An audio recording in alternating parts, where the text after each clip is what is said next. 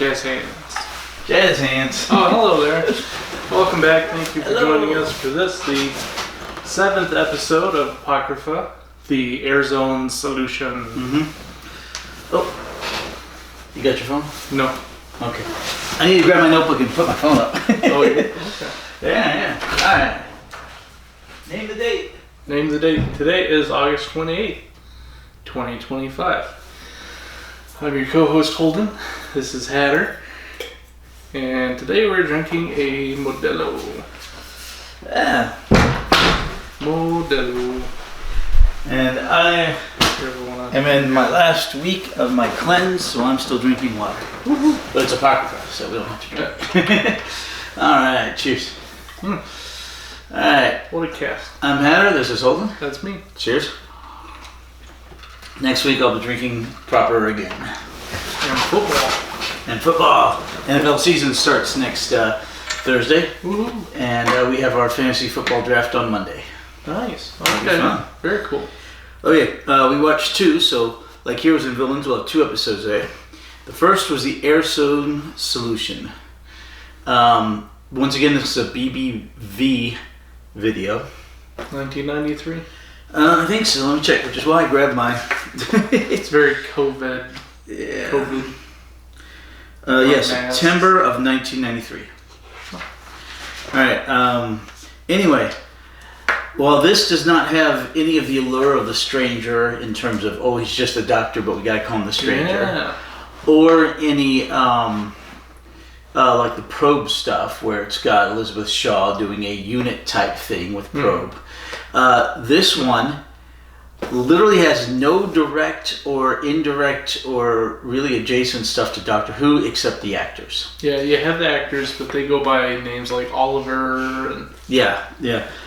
But as you can see, 4 of the 5 surviving Doctors at this point are in it. Pertwee, the 3rd Doctor, Davison, the 5th, Colin, the 6th, Colin Baker, and then McCoy, the 7th. Yeah.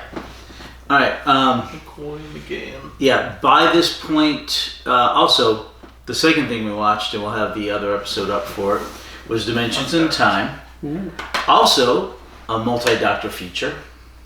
Yes. And that was going to be the 30th anniversary, but I'll explain that when we get to that episode. Shortened. Yep. But that has all the 5 surviving Doctors at the time, and kind of physical limited representations of the first 2. Clayheads.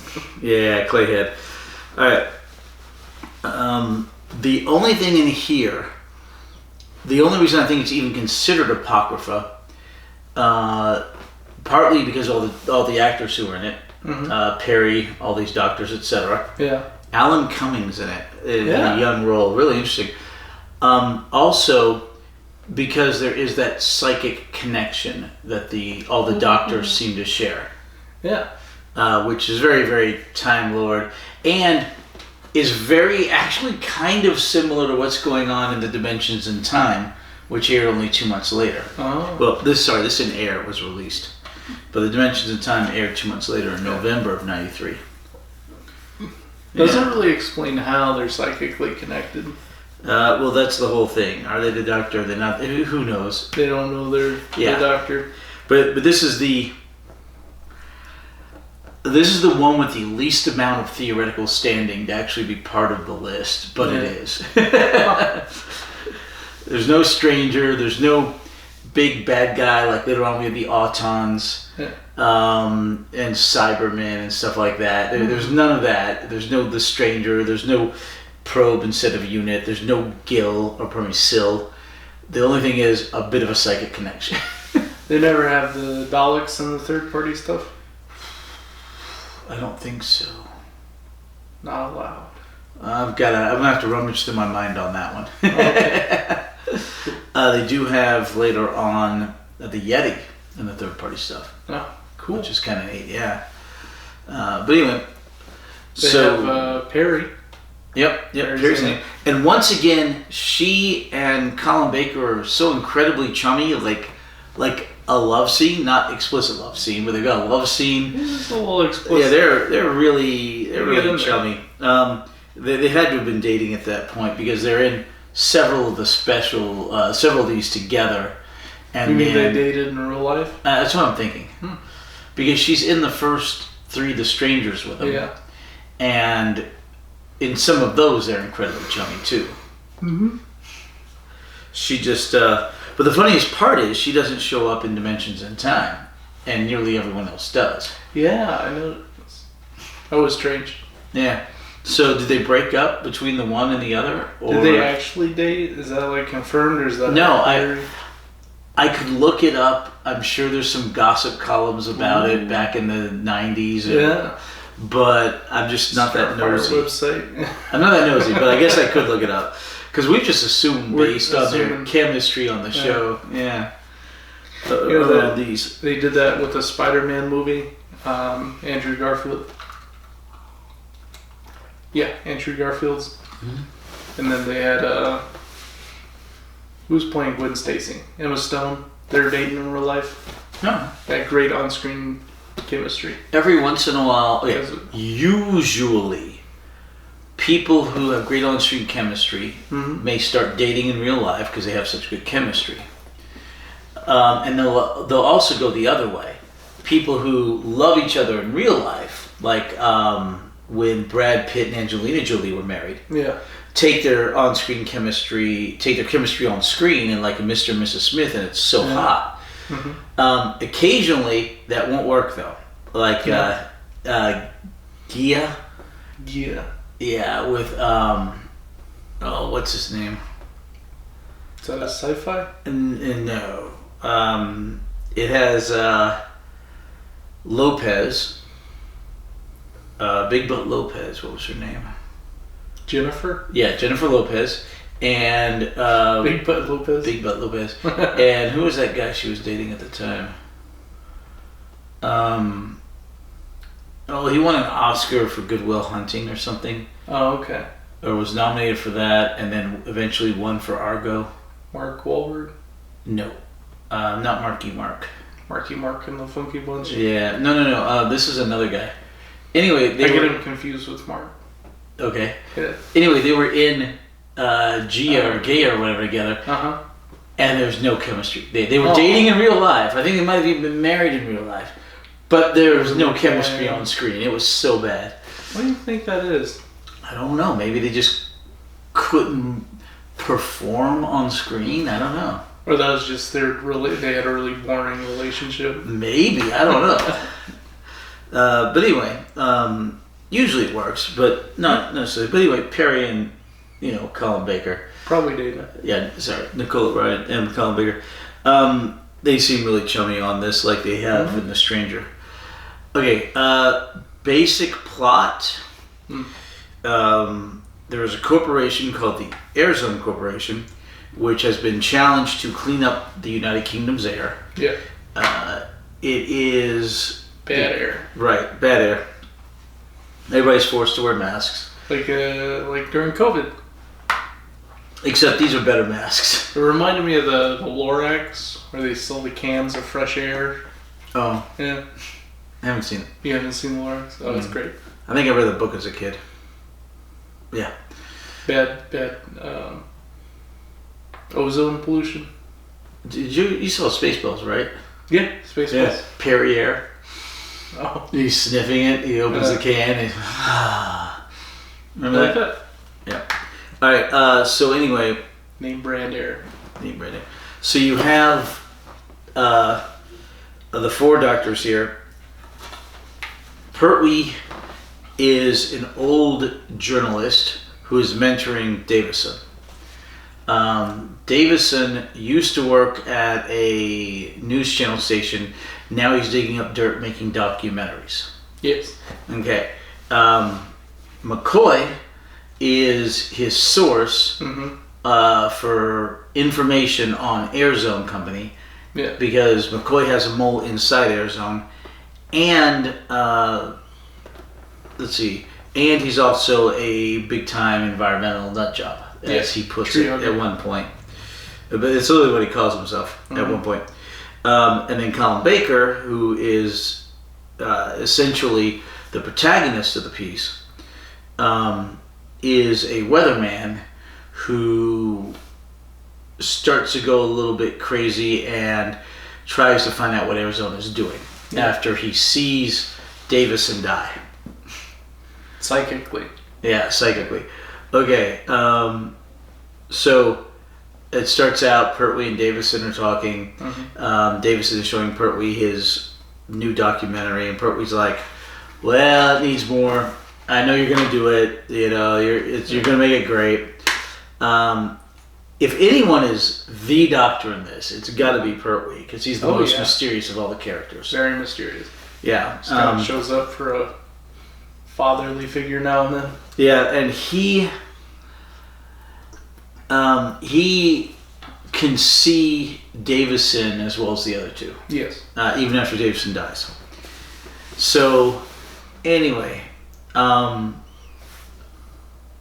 young lady Jenny, who is helping, she's the mole inside Airzone for McCoy.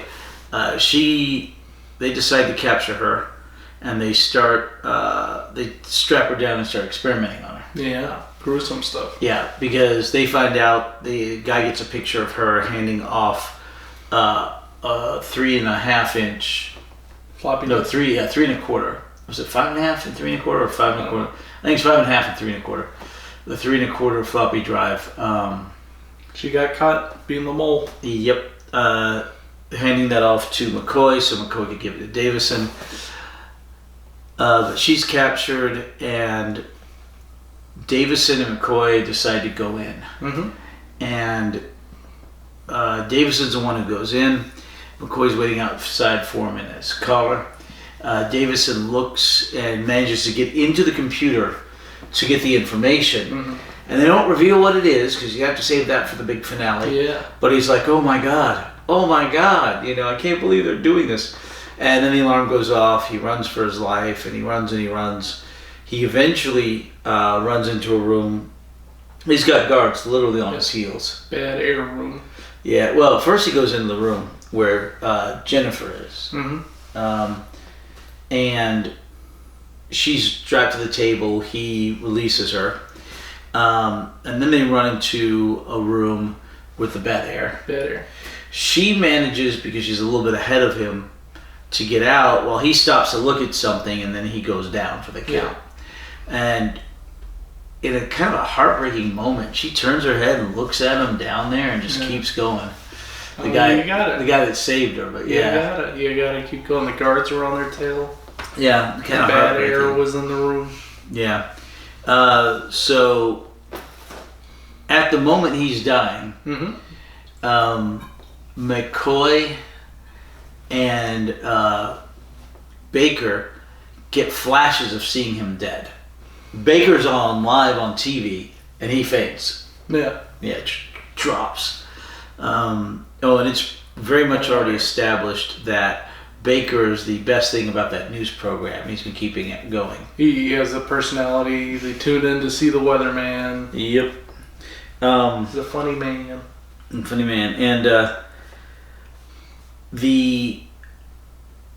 Nicholas Briggs is the guy who wrote this. And you notice he was in some bits of The Stranger and stuff.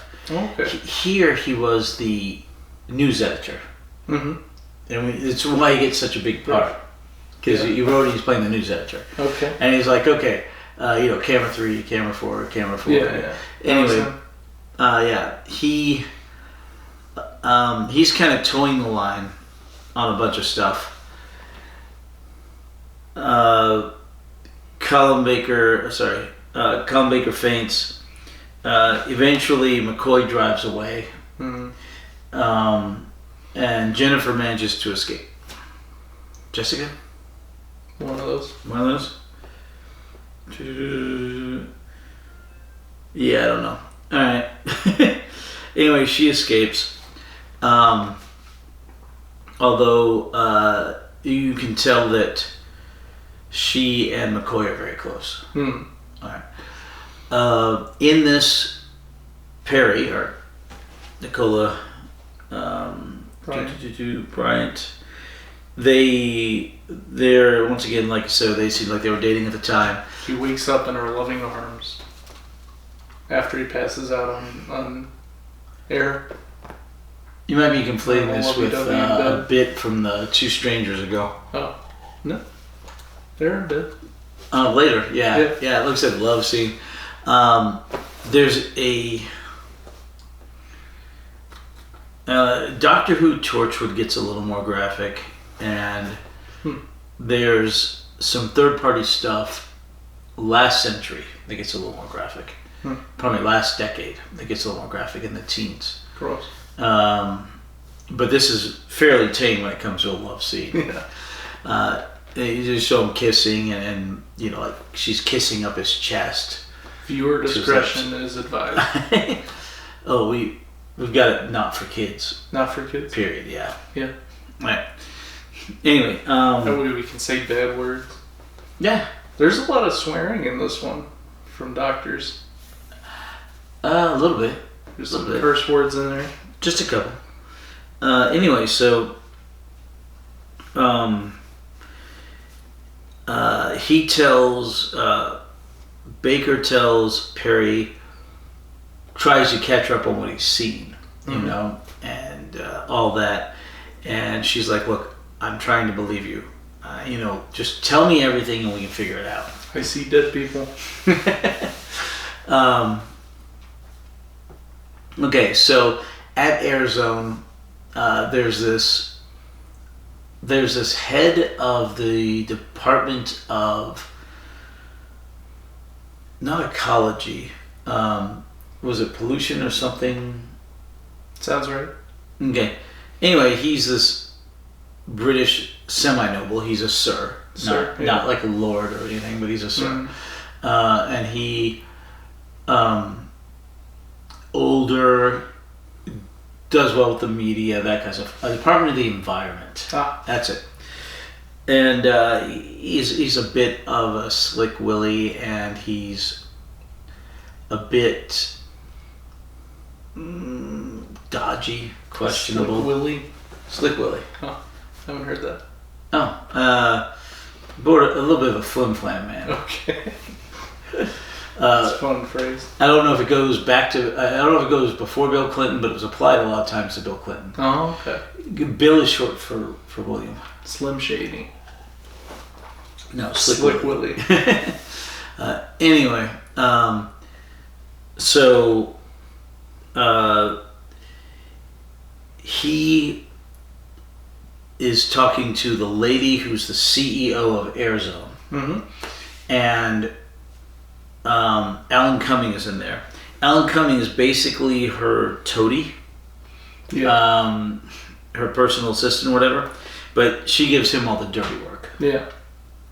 So this Minister of Environment is like, well, you let this girl get away. You need to find her. Already on it.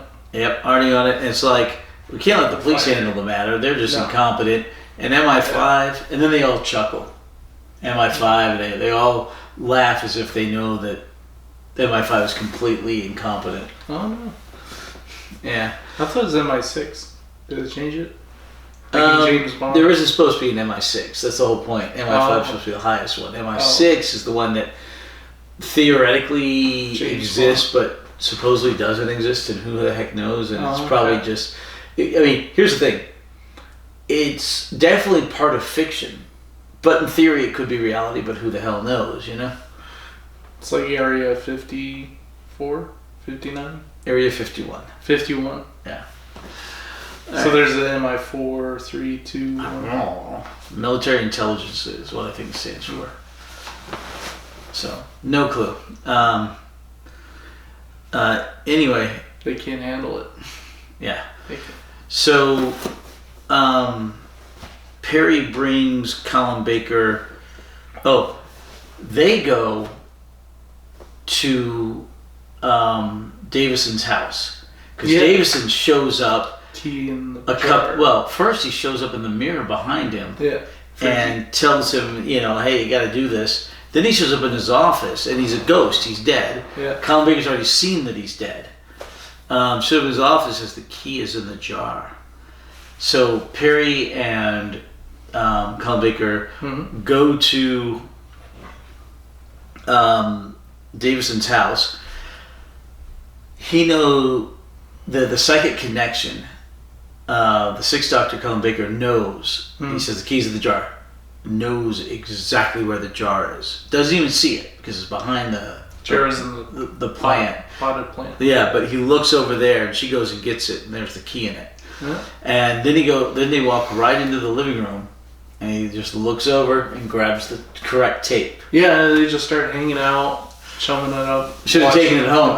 I guess maybe they didn't have a VCR at home, you know? Maybe. Yeah, I mean, by that point, most people would have here, but I don't know about there. To watch the game on Saturday. So, they watch it. They find out about McCoy's talking about all the stuff, and it's all public information. So then Colin Baker goes back, double checks on that. In the meantime, Perry gets an interview with that Sir Archibald or whatever,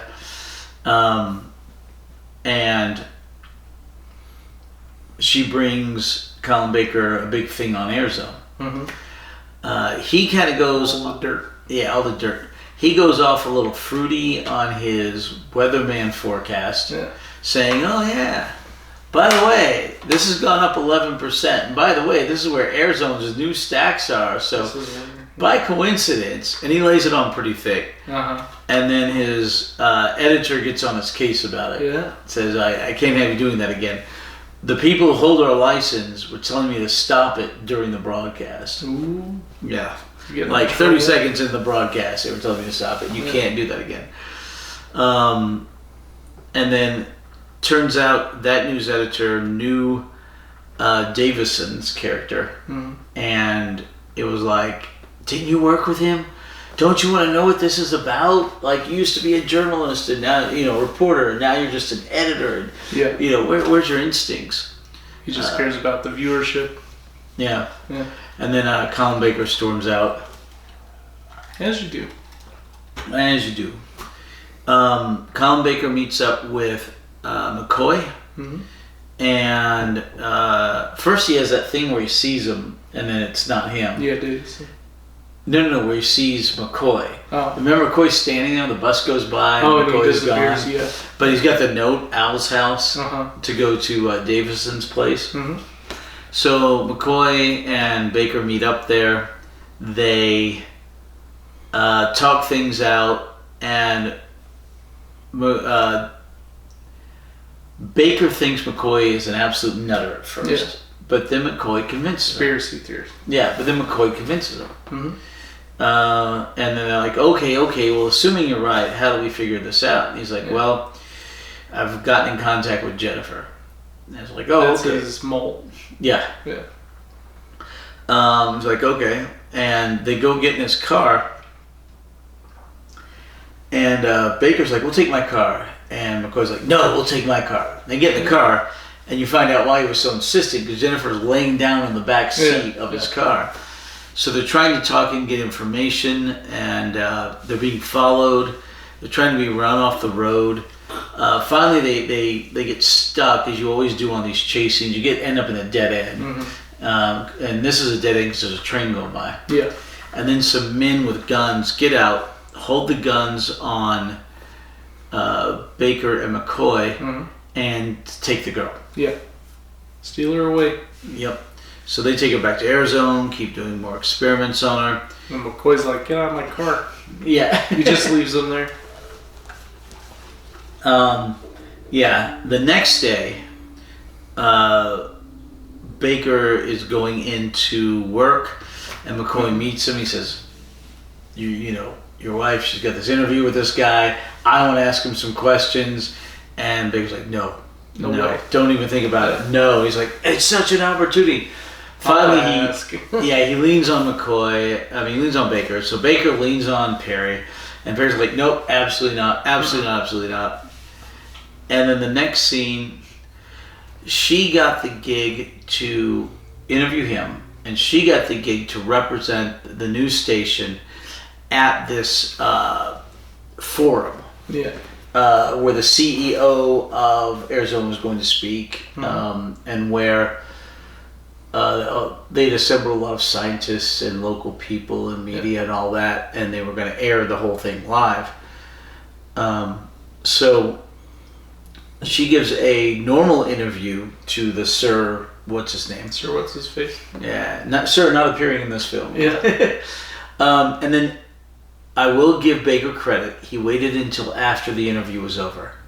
That's the one credit I will give him. He should not have done this because. Why not? Well, he and his wife have to keep their own spheres in the journalism, right? Mm-hmm. A. B. It is absolutely unethical to crash another journalist's thing. Yeah. Okay? But it was over. You waited. He did wait till it was over. That's all I can give him. C. She absolutely told him no. Refused to. But one thing he did was he waited till the camera was off, wait till it was over, and then he comes in the room with McCoy. Yep. Picture of the girl, the missing girl. Right. So have you seen this girl? You know her.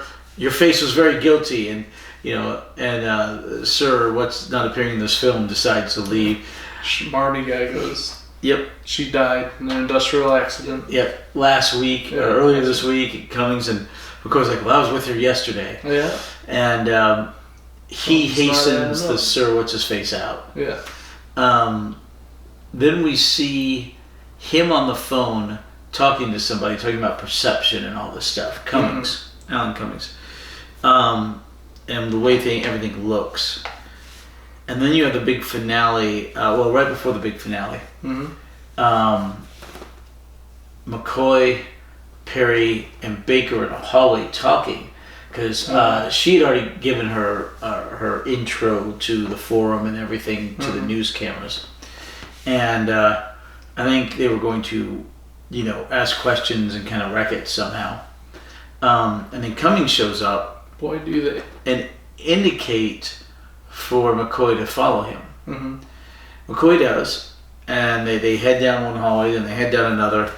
And then McCoy's like, what's this all about? And Cummings pulls a gun on him. Surprise. Yeah. And like I said, in America, somebody pulls a gun, you're like, oh, okay, you got a gun. Everybody's got a gun. At least here in Texas. Yeah. I've got my shotgun right over there.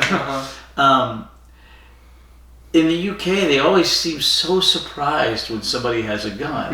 Because you got a license for that. Yeah. You generally, most people there are unarmed because their gun laws are different than ours. They're much, much, much stricter. They don't have a Second Amendment. Nope.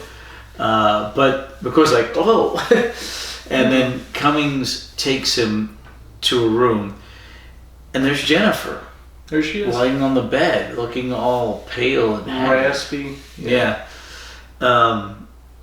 And Cummings says, it's all up to you now. And you're missing most of the conversation. Yeah. Why did he... Well, they can't spoil the ending, but they're missing most of the conversation. Be like, what's up to him? And you get the feeling it's like, take her and leave, and she's with you, or you can do your thing, That's what I got anyway. Oh, but that's not it. Yeah, but that wasn't it. So the CEO lady of the Airzone gives us nice, rousing speech. She's talking progress is the future. Right. Can't regress. We've got to progress. And all the environmentalists would have us living, in the dark ages and all this other stuff. Can't uninvent things. Yes. She's very... They paint her as your archetypal villain. Yeah. Cat's already out of the bag. Technology. Yeah. Can't clean the air. Right. So she's talking about, okay, well, we're trying to get everything clean, but we've got backup plans in case, it takes too long or what have you. Then something incites Baker, and he goes up. And Perry's like, no. Perry's like, no. And he goes, no, I have to do this. And a couple men with guns grab him. Yeah. Perry kind of jumps on and shoves one, and then Baker manages to wrestle the gun out of the hand of the other. And then Baker, shoots into the air, and then points the gun at the CEO lady. Yeah. He gets on the stage, says like, I didn't want to do this, but you're going to tell them, I don't know what's going on, but I know it's bad, and you're going to tell them what it is. And then... Or I'll shoot you. Yeah. I'll kill her. Yeah. And right about that point... cut the feed. Oh, yeah. Where our viewership's how much? Oh, cut to camera 3. Yeah. Yeah, the powers that be are calling and telling the news editor to cut the feed and to turn it off. The news editor's like, nah, he was right. Let's roll with it. This is news. It's news. So at that point, out comes McCoy with Jennifer, and he's like, look, this is what they've done. They're experimenting on people. He pulls back her hoodie, and she's got these gills. Well, it's not exactly gills. It's something like that, but what it looks like is there was something that was put in her, some sort of filter to filter the air out, the bad parts of the air out in each one. Yeah. Yeah. Gross. So, yeah, they're built-in filters, so you don't have to wear the mask. It probably works better than the mask ever could. Like your tonsils help clean the air that goes into your lungs. Oh. What if you have those removed? Then you don't have anything cleaning out the air as much, except, your nose hairs do that to a bit. But when you breathe through your mouth, of course, they don't. Yeah. Except your mouth hairs. Your mustache? Your throat hair. Yeah. Filter it. All right. So anyway, everyone who was with the CEO lady at the moment is aghast at her, and the CEO lady's like, you weren't supposed to see this. Yeah. This is a prototype.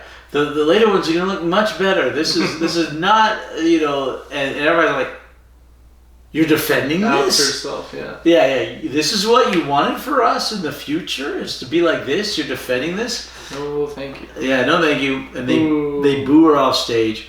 The certain amount appearing in this film kind of walks away, and she's like, this is what you wanted. This is what you were stood for. This is the next 3 elections. And he looks at her, just kind of shakes his head and walks away. Yeah. And then, man, I don't remember exactly what happens to her. I don't remember if she's... Nothing. Yeah, okay. I think she just kind of slinks off the stage at some point. But then Cummings shows up, and, Perry's like, it's all over. It's all over. And they're like, wait, so you did this, or who pulled the plug on this, and why? Was it MI5? Was it the government? He's like, look, the perception was bad. It wasn't going to work. And that references back to what he was talking about in the car with the cell phone. Oh, yeah. Yeah, it was all the perception and all that stuff. And he's just like, I'm a sleazy bad guy, and I did the right thing. I gave Jennifer back, and I brought down Airzone, but I did it not for good reasons, but because it suited my purposes, and because the public was not going to like it. So where do I sign up for my rebreathers? Surgically inserted. You might have to shave. Yeah. Oh, maybe. But anyway, so it ends. The end. The end. Really dark one. This one was. It is a dark one. You have at least one, if not a couple, deaths, but Davison. Atmospherically dark. Yeah. Tension. Yeah. Dystopian. Everyone in here, it was all well acted. The sets were as good as they were going to be. Yeah. That finale was filmed in a gymnasium. Yeah. But they hit it very, very well. Very, very, very well. Cummings was great. All the doctors and Perry were great. Yeah. Even the CEO lady was really good. Yeah. Yeah, she did good. But like I said, weakest link in terms of Apocrypha. Weakest link? Oh, like as in it's even connected to Doctor Who? It was so barely. No TARDIS, no Doctor. Right. But all the doctors, but they're psychologically linked. Yeah, okay, sure. Yeah. Okay. Okay. So this is our first one that's not the stranger. Do we have any more strangers? 3 more. 3 more strangers. Next week will be 2 strangers. Okay. And they're part of the trilogy. Stranger double feature. But they get interrupted by a probe. So it goes stranger, stranger, probe, stranger. Mm-hmm. And then some more probe. And then downtime. Okay. And then we'll finally get to the TV movie. Hey. Okay, do you have any questions about this? Or any comments? Don't think so. Okay. Pretty straightforward. Yeah, it's good. I liked it. Yeah. All right. And stick around with us, and we'll come back in just exactly a moment for... Next week, we'll be back. Same outfits. Yeah. Tune in. Yeah, same stains on our shirts. Same We haven't washed that. All right. I'll be back in just a moment for Dimensions in Time. Another multi-doctor piece. Hey. Ba-da-bum, ba-da-bum.